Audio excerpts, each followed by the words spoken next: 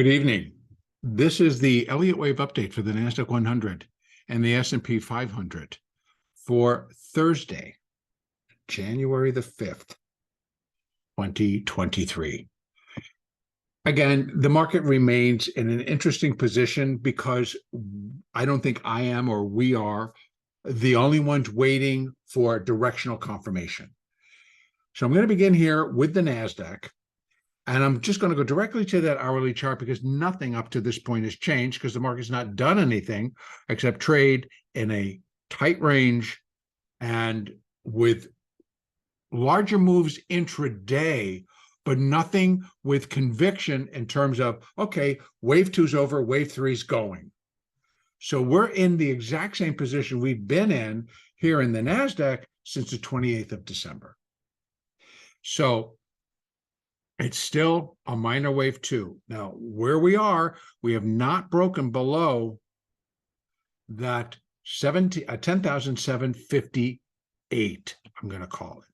And that's the low thus far that we need to break. So all of this is part of minor wave two. We kept getting hints. We've gotten hints. We get hints that, okay, sellers are strong and they're powerful. But I have to tell you, every time they do it, somebody ends up walking in and they get it started, and it just takes a while, but they buy it all back up. 2 hours, they take it down. Then they buy it all back up, and then they take it down. And then they buy it back up, et cetera, et cetera. So here we are, started Globex. Actually, Globex has been open for a little bit. The NASDAQ's up 30, the S&P's up 10.5. Now, what could be going on? First of all, tomorrow's expiration, options expiration. There's a lot of stuff that goes along with the options expiration because we have options on everything. We have options on treasuries, which will expire tomorrow. We have options on equities, which will expire tomorrow. We have options on gold, which will expire tomorrow. We have options on crude. We have options on silver. We have options on the bonds, everything. So it's a weekly expiration. And so there should be an increase in volatility. As we're seeing, they're starting to wrap things around. Apple was a little bit down. Tesla was down. Stocks turned lower. And even stocks that managed to basically stay up during the day ended up down or unchanged as we came into the close. Now, what could happen tomorrow? If we are still within a minor wave two, then we would be looking for a C wave. Because this is A, this is B, C. And if that's the case, then we got to put a B under it or something of that nature.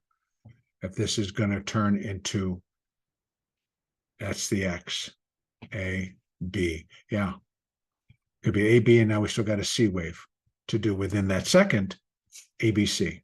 Again, ABC, ABC, X, A. Okay, to even figure it out.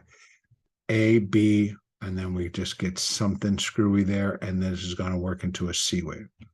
Somehow it's got to work out to be an ABC, and it's ugly in between. But it has been. So it's not impulsive. And that's going to be the major message, right? But because when you keep changing your account, it's like not necessarily changing it. We are looking for an impulse move to pick up again in the way of a third wave of minor degree. If this is kicking it off, it's showing us it's got the guts to do it, but it should not come flying back and we get all this upside movement as we've been seeing since the 28th. It should be more persistent and continue to move in one direction, which it kind of is, but there it goes down, they buy it back. It goes down, we spend the time, 2 or 3 hours, we buy it back. And then they sell it, and then we buy it back. So, yes, I understand ebb and flow in the markets and 1, 2, 1, 2, 1, 2. But here's the point we're at. As I've been discussing, and I stick with, I am looking at 10,758 as a point that if it begins to break, it should give us stronger confirmation that wherever I'm going to put it, minor wave 2 is done and minor wave 3 is underway. And that could be that I put that minor 2 here, and this is 1, and this is a 2, and this is 1, and we're going to get another 2, and we drop off the face. That's what that suggests. And I'm working off the hourly chart here. So when I look at this, I understand. People have kind of been commenting, it's like, are you going to move the 1? Are you going to do this? Are you going to do that? It's like, this has not been an easy count. And that because the market has not been very convincing on direction. And while I really look forward to the market dropping back into 5-wave patterns, I'm making life a little bit easier because here we have another 2, and it was mean, it was nasty. It was another where it was more than 1 ABC. So we did it again, but we're doing it down here. So these second waves of varying degrees have been pretty volatile, but also kind of very strange in finding what the motivation was to carry things higher. What the motivation was to run it up to here on the Fed, and then then killing it after. So that continues. But you can see when we drop a degree, it gets a whole lot smaller. And that is telling me that what lies here waiting is not going to be good. And I'm pretty much, you get a lot of agreement from everybody. Oh, yeah, I think it's going to go down. It's going to go down. It's like, okay, so why then is it just hanging out here? Well, there's an expiration tomorrow, whether this is happening. We got this going on. And I'll tell you what, folks, it's options related. This is a multi-trillion-dollar sector, class, or whatever we want to call it, options. And they're derivatives, and it's on everything. And they're big, and they're being traded by big firms. Remember, I keep talking about $6.1 trillion being out there looking for alpha. You want to talk the lingo? Looking for alpha, that's looking for money. Where can we park and make money on this money? So we're getting a lot of accumulation and distribution all at the same time.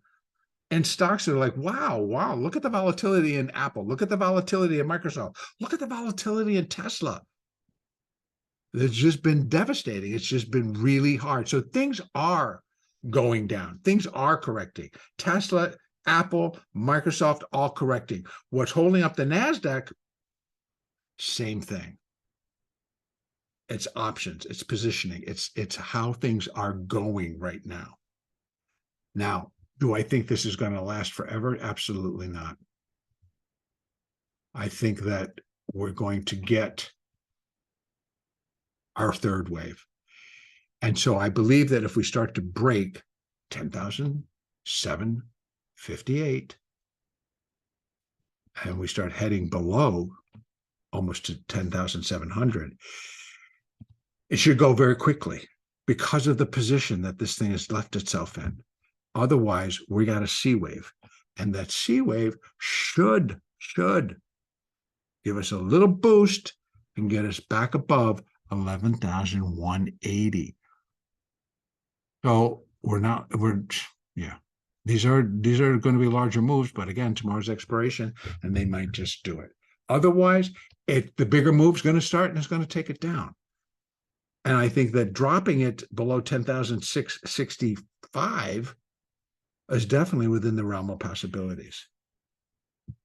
So I think we can get a big move. And I think if they don't do tomorrow, but they take it up and make it look like a C wave and get this thing to complete, right? Again,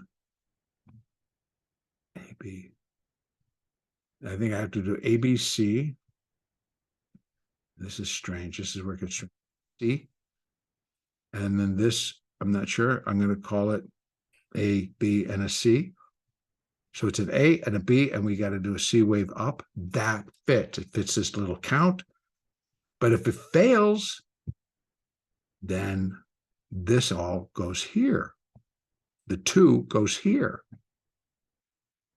2, 1, 2 type situation. And that would spell strong downside.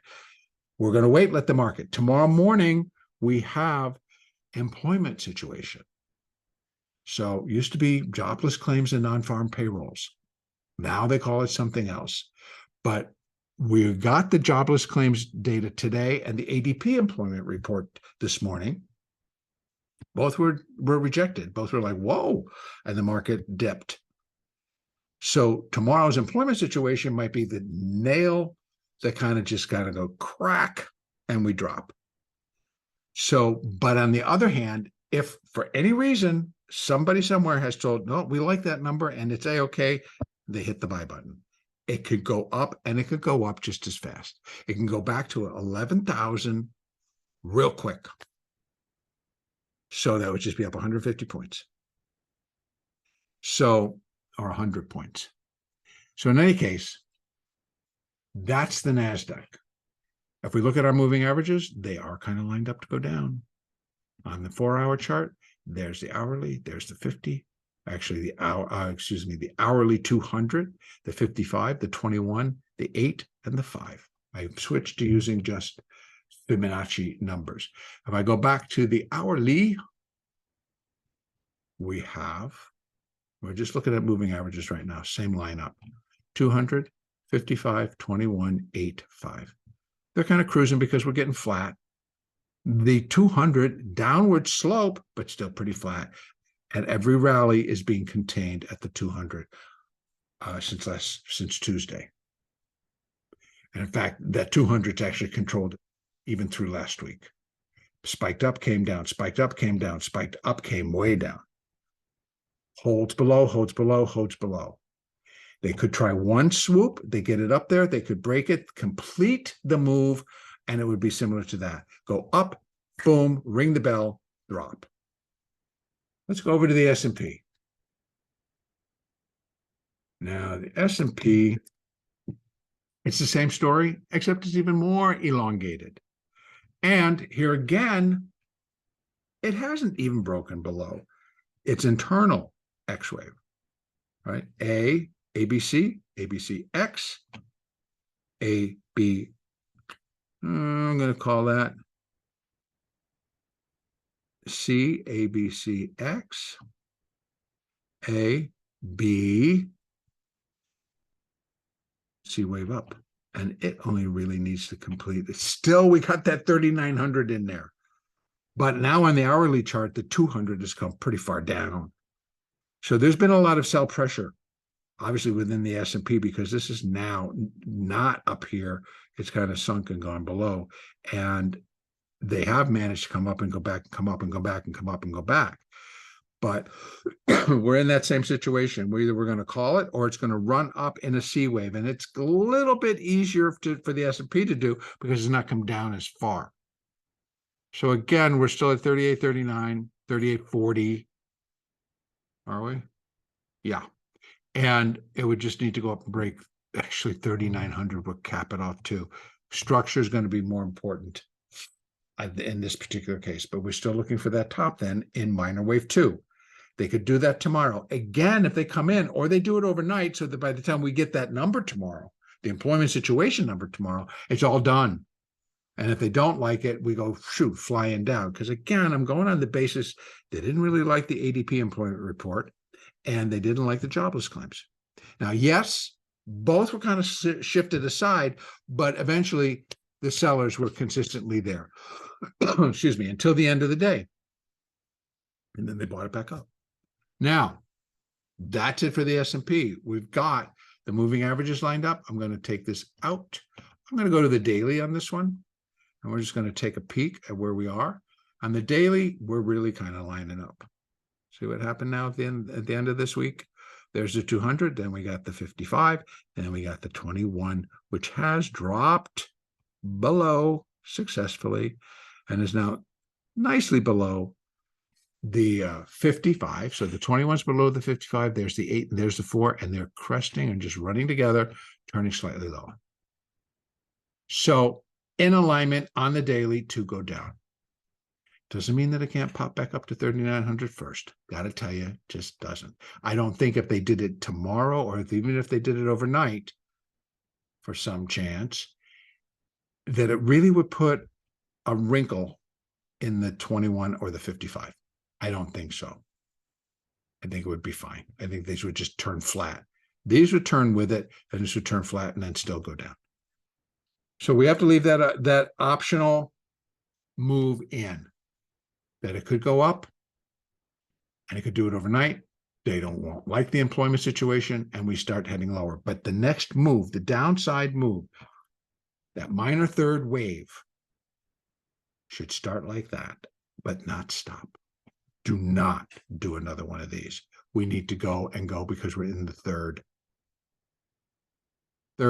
of the third. This whole thing is an intermediate third wave, and it breaks down into 5 waves of minor degree, and we're getting ready to drop into minor wave 3. So we're dropping into minor wave 3 of intermediate wave 3. It should be the longest part of this, and it should also then subdivide into minute and possibly sub-minute waves. So it's a big portion of this current decline.